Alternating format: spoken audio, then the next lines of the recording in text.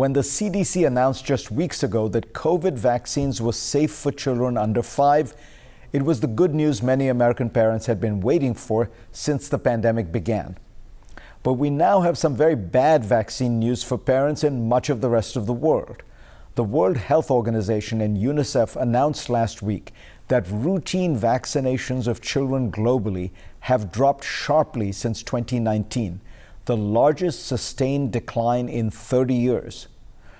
By last year, the percentage of children who'd received all 3 doses of the diphtheria, tetanus, and pertussis vaccine had dropped 5 percentage points to 81%.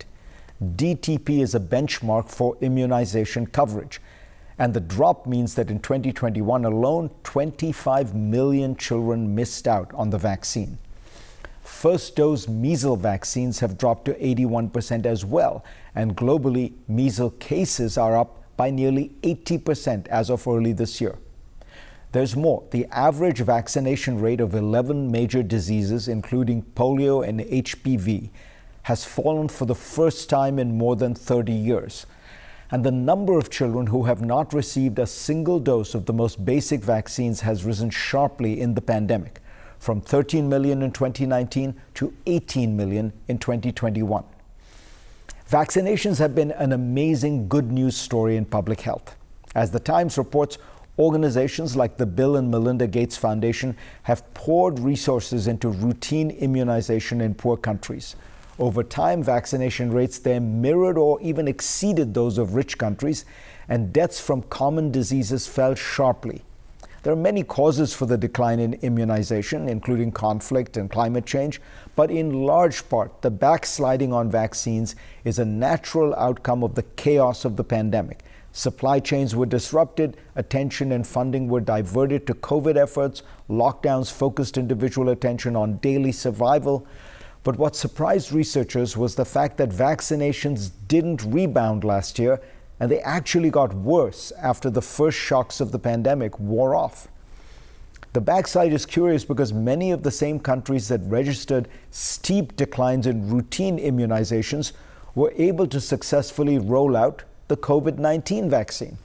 Look at Indonesia, where 62% of the population is fully vaccinated against COVID-19.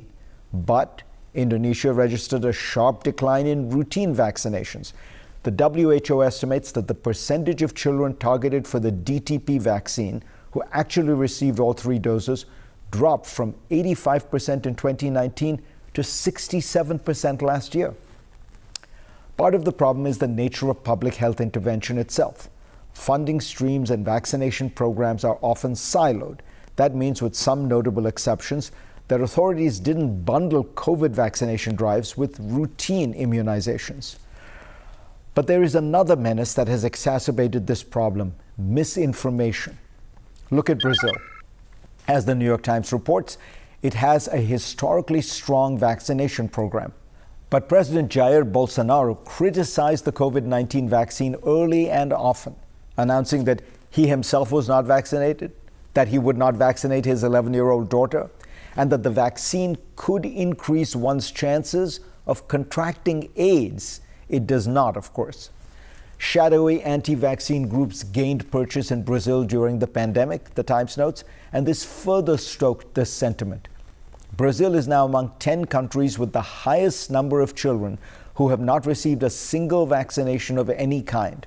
26% of all infants in Brazil last year did not receive any vaccinations, which is up from 13% in 2018. Or look at the Philippines, where misinformation about the COVID-19 vaccine abounds. Harsh lockdowns and a shortage of healthcare workers has led to this stark reality.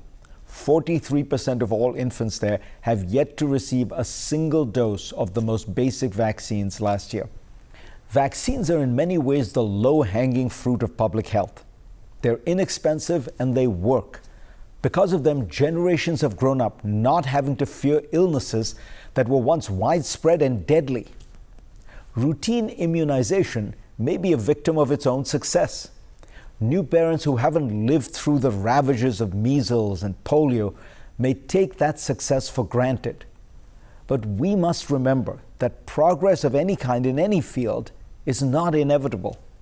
And as the world becomes more volatile, without constant effort and vigilance, progress can easily be reversed.